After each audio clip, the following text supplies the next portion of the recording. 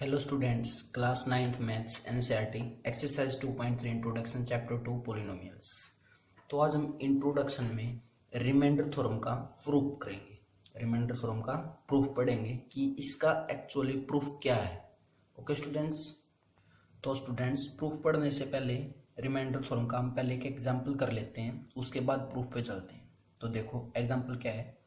Check whether the polynomial Q of T, एक Q of T polynomial दी हमें क्या, 4t cube plus 4t square minus T minus 1 is multiple of 2t plus 1।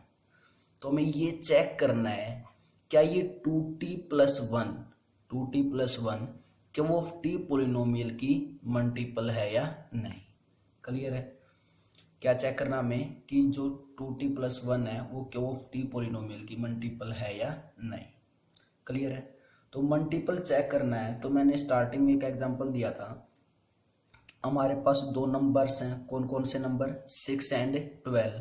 तो मैंने 6 से 12 को डिवाइड किया था, 6 से 12 को डिवाइड किया था। 6 2 ज़ा 12, रिमाइंडर कितना आया हमारे पास है 0।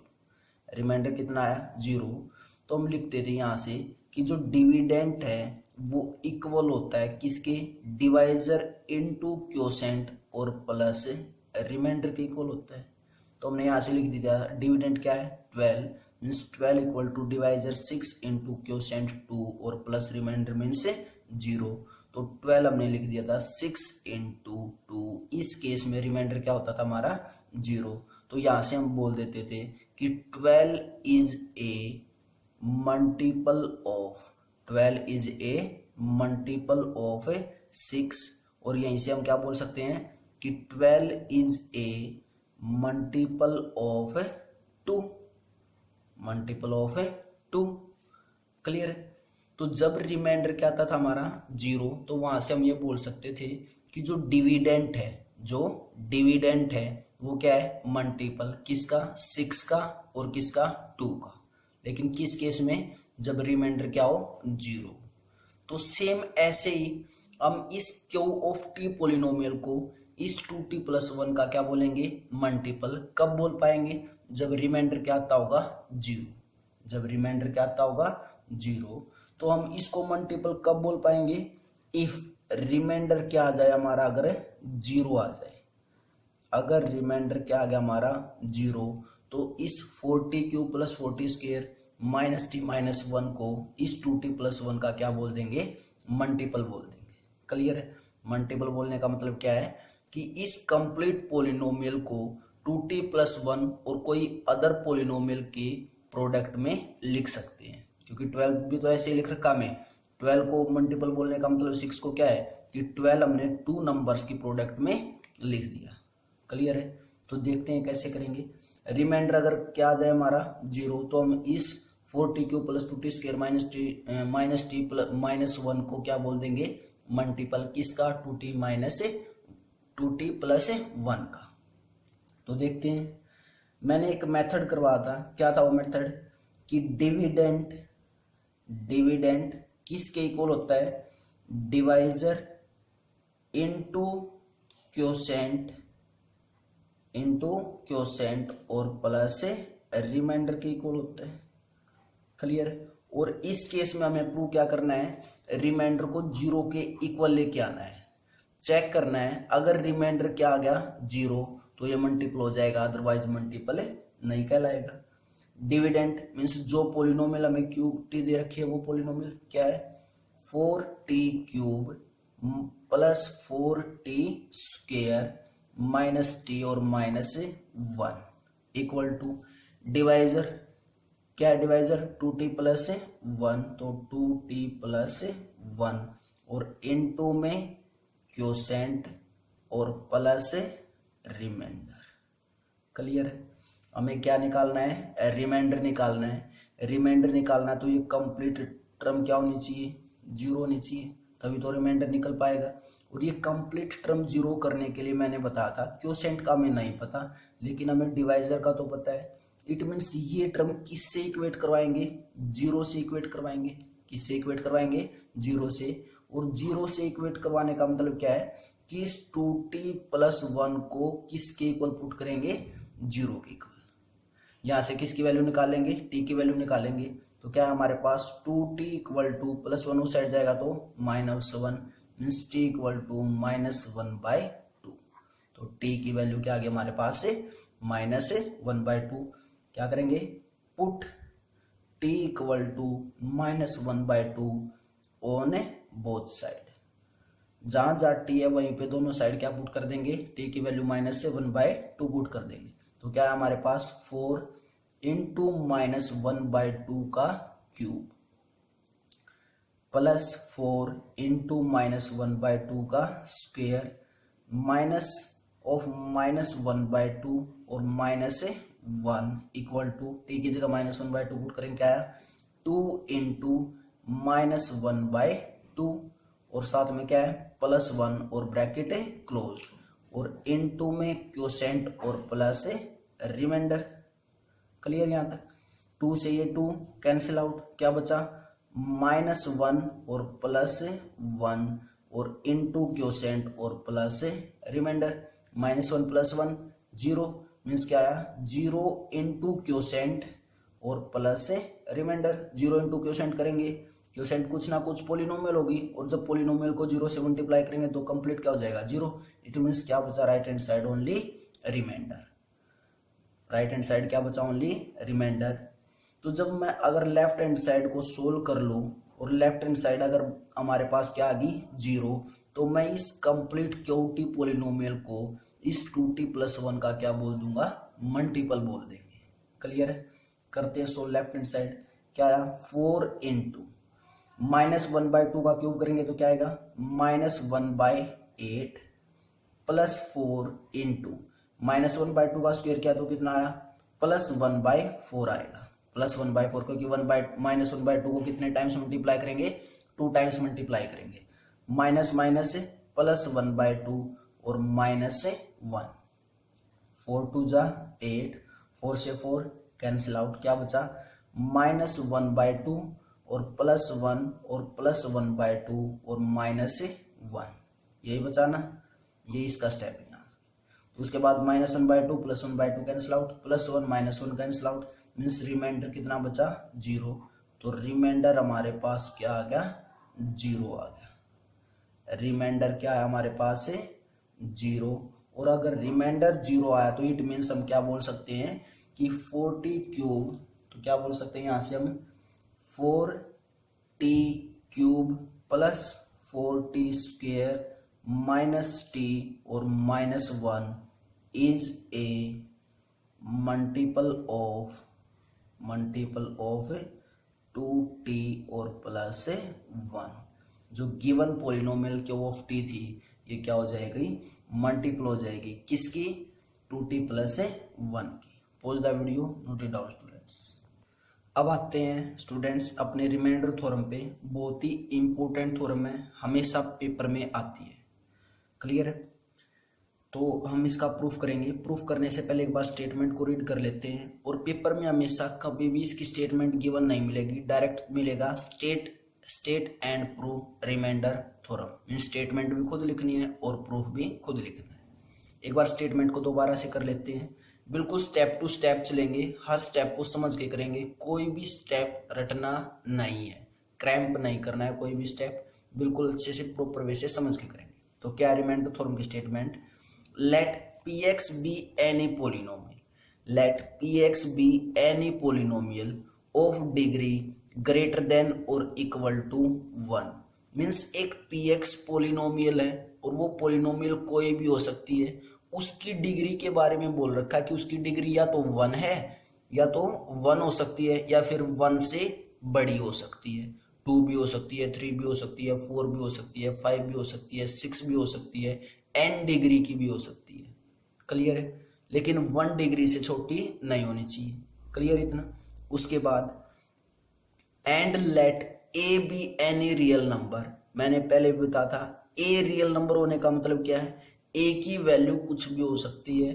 √2 -1 +1 1/2 -√3/2 a की वैल्यू कुछ भी हो सकती है क्योंकि a कैसा दे रखा है रियल नंबर दे रखा है। क्लियर है। उसके बाद जो इफ के साथ होती है वो हमेशा गिवन होती है, जो देन के बाद होता है वो हमें फाइंड आउट करना होता है, मीन्स निकालना होता है, प्रूव करना होता है। तो if px is divided by the linear polynomial, linear polynomial से क्या डिवाइड करना है, px पोलिनोमियल, मीन्स जो स्टार्टिंग में px पोलिनोमियल हम लेके चलेंगे उस पोलिनोमियल को, px पोलिनोमियल को डिवाइड करना है किससे, x माइनस ए से। लीनियर पोलिनोमियल, लीनियर पोलिनोमियल बोल रखा है ना, लीनियर पोलिनोमियल मीन्स डिग्री कितनी होनी चाहिए, 1 होनी चाहिए। x माइनस ए से px को क्या करना है, डिवाइड करना है। क्लियर है।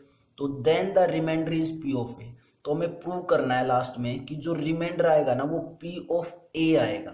रिमाइंडर क्या आएगा, p ऑफ a आएगा। तो बच्चों में यहाँ पे मैंने तुम्हें पहले भी बताया था कि हम ये जो px पोलिनोमियल होती है उसको हम क्या मानते हैं, डिविडेंट मानते हैं। और यहाँ पे यही बोल रखा कि px पोलिनोमियल को डिवाइड करना है किसी linear polynomial x minus A से। तो डिविडेंट क्या हो गया हमारा, p ऑफ x हो गया। अब उसके बाद जो डिवाइजर होता है उसको हम किससे डिनोट कर सकते हैं, g ऑफ x से कर सकते हैं। और जो क्वोशेंट होता है उसको हम किससे डिनोट करते हैं, q ऑफ x से। और जो रिमाइंडर आता है उसको हम क्या लिखते हैं, r ऑफ x लिखते हैं। क्लियर है। और जो हमारा फार्मूला होता है वो क्या होता है कि डिविडेंट इक्वल होता है किसके, डिवाइजर इनटू क्वोशेंट और प्लस रिमाइंडर। जब भी ये थ्योरम करो तो पहले ये स्टेप लिखना है। क्लियर यहां तक। उसके बाद डिविडेंट क्या माना मैंने, px डिविडेंट हमारे पास इक्वल टू डिवाइजर क्या है, gx इनटू क्वोशेंट क्या हमारे पास, q ऑफ x और प्लस रिमाइंडर को क्या लिखते हैं हम, r ऑफ x। ये क्लियर है या नहीं ये बताओ सबसे पहले, क्योंकि कंप्लीट थ्योरम इसी पे बेस है, ये सभी बच्चों को पता है ये चीजें। उसके बाद अब प्रूफ करते हैं हम स्टार्ट। तो सबसे पहले तो जो हमें गिवन और लेट करके चलिए वही लिख रहे हैं दोबारा से, क्या, let px be any polynomial, px be any polynomial, any polynomial with degree greater than और इक्वल टू 1, मीन्स उसकी डिग्री या तो 1 होगी या 1 से बड़ी होगी। ये हमें क्या है, गिवन है। गिवन मीन्स लेट करके चलना है। क्लियर इतना। उसके बाद अगर हमें px एक पोलिनोमियल है और उसको एक लीनियर पोलिनोमियल से डिवाइड करना है, px एक पोलिनोमियल है और उसको डिवाइड करना है किसी linear polynomial x minus A से, तो मैं उसको इस वे से लिख सकता हूं, इस वे से लिख सकते हैं ना। तो क्या लिखा मैंने, suppose that when px is divided, जब px को हम डिवाइड करेंगे, जब px पोलिनोमियल को हम किसी लीनियर पोलिनोमियल से डिवाइड करेंगे तो कुछ ना कुछ रिमाइंडर भी आएगा, वो हमने क्या मान लिया, rx, और कुछ ना कुछ क्या भी आएगा, क्वोशेंट भी आएगा, वो क्या मान लिया हमने, q ऑफ x। तो suppose that when px is divided by, किससे डिवाइड करना है, x माइनस ए से। तो divided by x minus A, the quotient क्या मान लिया हमने, क्या आया, q ऑफ x। तो quotient is q of x and the remainder is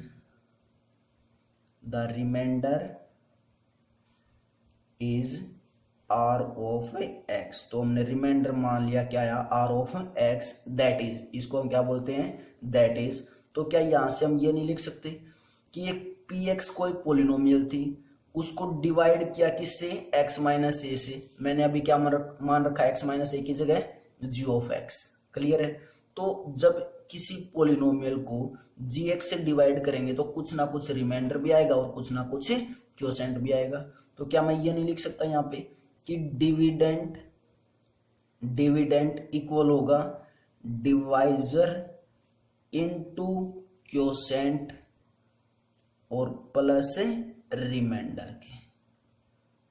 clear है, बोलो जल्दी। और डिविडेंड गिवन में क्या है, पी एक्स है, तो डिविडेंड क्या है, P of X equal to, clear है। अब डिवाइजर किससे डिवाइड करना है linear polynomial, X minus A से, तो जी एक्स क्या हुआ, एक्स माइनस ए हुआ, मीन्स डिवाइजर क्या आ गया, एक्स माइनस ए। जब x माइनस ए से किसी पोलिनोमियल px को डिवाइड करेंगे तो कुछ ना कुछ क्वोशेंट भी आएगा और कुछ ना कुछ रिमाइंडर भी आएगा। वो रिमाइंडर डिनोट कर दिया r ऑफ x से और क्वोशेंट डिनोट कर दिया q ऑफ x से। तो into quotient q of x और plus remainder r of x। बोलो जल्दी, क्या यहां तक क्लियर है सभी को, क्लियर यहां तक। उसके बाद जो x माइनस ए है ये भी तो एक पोलिनोमियल है क्योंकि इसकी डिग्री कितनी है, 1 है। तो हम यहां से ये लिख सकते हैं since the degree of x minus A is 1। जो x माइनस ए पोलिनोमियल है उसकी डिग्री के बारे में बोल रहा हूं मैं, उसकी डिग्री कितनी है, 1 है। अगर उसकी डिग्री 1 है तो and the degree of R X is less than the degree of X minus A. तो जो आर एक्स की डिग्री होगी वो किससे लेस देन होगी, एक्स माइनस ए से। तो comma the degree of R X equal to 0। देखो क्या लिखा हमने, ये लाइन एक स्टेप और लिख देते हैं, that implies R of X is constant से आर। देखो समझते हैं इस लाइन को, क्या किया हमने, क्या बोला मैंने कि since the degree of x minus A is 1, जो x माइनस ए जिससे हम डिवाइड कर रहे हैं पोलिनोमियल को उसकी डिग्री कितनी है, 1 है। तो वही लिखा कि x माइनस ए की डिग्री कितनी है, 1 and the degree of R X. तो मैंने तुम्हें पहले भी बताया था अगर कोई नंबर 5 से डिवाइड करते हैं तो जो उसका रिमाइंडर उसकी आने की पॉसिबिलिटी क्या क्या है, या तो 0 आ सकता है, या 1 आ सकता है, या 2 आ सकता है, या 3 आ सकता है, या 4 आ सकता है, 5 कभी भी नहीं आएगा। मीन्स जो डिवाइजर होगा उससे रिमाइंडर हमेशा क्या आएगा, छोटा आएगा, उससे रिमाइंडर क्या आएगा, हमेशा छोटा। और पिछली वीडियोज में मैंने एक पोलिनोमियल में लॉन्ग डिवीजन मेथड में बताया था कि अगर कोई पोलिनोमियल 1 डिग्री की है जिससे हम किसी पोलिनोमियल को डिवाइड कर रहे हो, डिवाइजर क्या है, 1 डिग्री का है, तो जो उसका रिमाइंडर आ सकता है वो क्या क्या आ सकता है, या तो 0 आ सकता है या फिर कोई कांस्टेंट आ सकता है, कभी भी 1 डिग्री का रिमाइंडर नहीं आएगा। तो वही बात लिख रखी है सेम, क्या, अगर जो डिवाइजर उसकी डिग्री 1 है तो जो रिमाइंडर होगा